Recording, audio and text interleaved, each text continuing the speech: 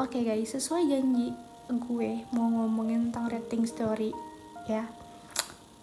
Gini, kalian percaya sama rating story yang mengatakan walaupun kalian tuh beda negara, beda kota, beda suku, ras, dan lain-lain, walaupun kalian berbeda banyak hal, tapi kayaknya tetap aja kalian akan dipersatukan gitu.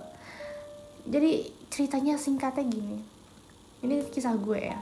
Gue sama suami gue tuh 8 tahun bestian, dan pas pertama kali ketemu temenan aja udah literally nggak ada niat buat pengen punya hubungan sama dia, nggak ada yang pengen ada hubungan yang gimana, tapi gue di situ udah punya pacar, dia pun juga lagi deket sama lawan jenis gitu.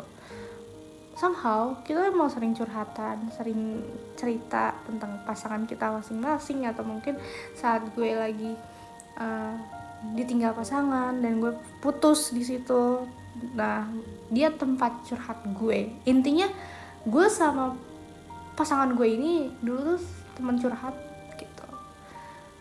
Ya, bertahun-tahun cuman jadi sahabat gitu.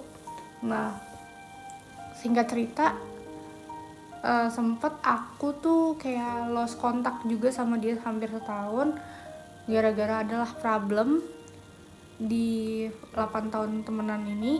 Nah terus tapi dia yang berusaha reach out gue lagi untuk kayak ngobrol, untuk kayak berbagi cerita. Pokoknya dia yang berusaha narik gue supaya gue tuh tetap kontak sama dia. Anjay, pede banget loh gitu.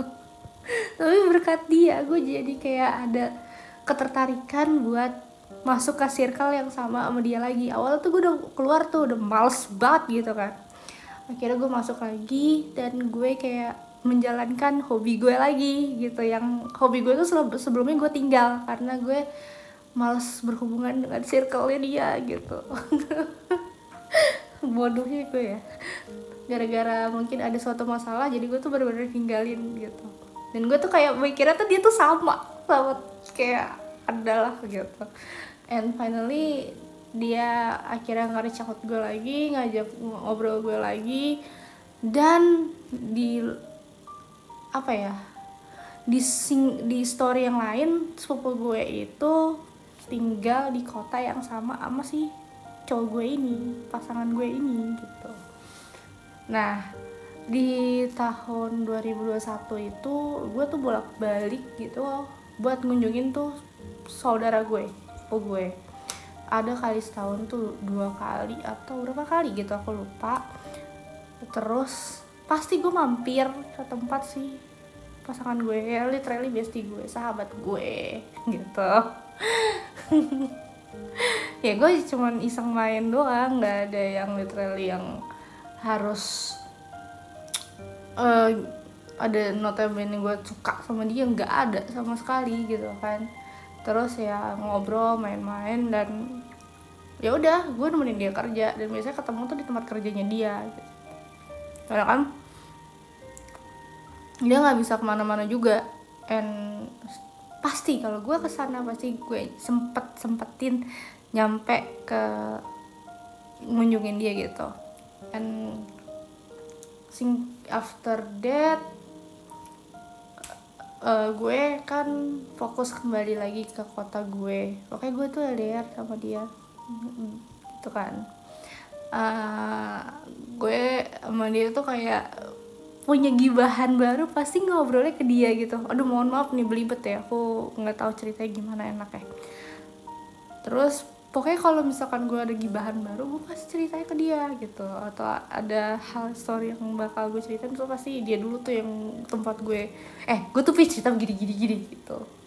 And terus akhirnya di tahun 2024, karena gue tuh lagi hopeless banget soal cinta, dan gue jujur ya, gue nggak tahu, percintaan gue tuh selalu gagal mulu. Gue udah bilang sama dia tuh, gue menyerah aja kali ya gue soal cinta. Gue tuh bilang sama dia di 2024 itu, gue bilang, terus kata dia, lo kenapa gitu kan. Allah ya gue udah berusaha mencari pasangan tapi nggak ada yang mau sama gue gitu kan. Gue bilang kayak gitu ke dia. Terus tiba-tiba nggak tahu, nggak ada hujan, nggak ada angin, nggak ada apapun gitu, tiba-tiba tuh kayak hati gue tuh digerakkan gitu sama Allah, nggak tahu sih, tapi kayak apakah lo jodoh gue gitu. Jangan-jangan kita jodoh. Dengan spontanitas gue ngomong kayak gitu, dengan spontanitas gue bilang kayak gitu. Terus gue bilang kenapa nggak kita coba aja ya gitu buat pacaran. And finally ternyata emang sih aku bilang kalau jodoh itu gak kemana. Ternyata dia calon suami gue itu adalah jodoh gue.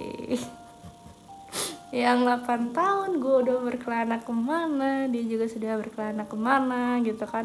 Tuh gue tuh beneran gak ada keinginan buat pacaran tuh sama dia selama ini gitu kan.